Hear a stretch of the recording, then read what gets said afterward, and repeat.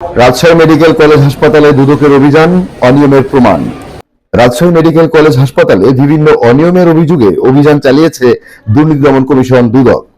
মঙ্গলবার দুপুর 12টা থেকে দুপুর 2টা পর্যন্ত হাসপাতালের বিভিন্ন বিভাগে এই অভিযান পরিচালনা করা হয়। অভিযানে নেতৃত্ব দেন দুদকের রাজশাহী সমন্বিত জেলা কার্যালয়ের সহকারী পরিচালক আমির হোসাইন। তিনি জানান, রোগীদের ওয়ার্ডে নেওয়ার সময় ট্রলি ব্যবহারে টাকা আদায়ের অভিযোগের প্রমাণ মিলেছে।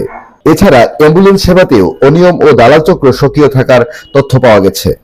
রোগীরা বলছেন, দীর্ঘদিন ধরেই এসব অনিয়ম চলে আসছে। দালাল চক্র ও অনৈতিক অর্থ আদায় যেন রোগীদের চিকিৎসা সেবার পথকে আরো কঠিন করে তুলছে। দুদক কর্মকর্তারা হাসপাতাল কর্তৃপক্ষকে দ্রুত এসব অনিয়ম বন্ধে কার্যকর পদক্ষেপ নেওয়ার আহ্বান জানিয়েছেন। তদন্ত প্রতিবেদন জমা দেওয়ার পর কমিশনের নির্দেশে পরবর্তী আইনানুগ ব্যবস্থা নেওয়া হবে বলেও জানান কর্মকর্তারা।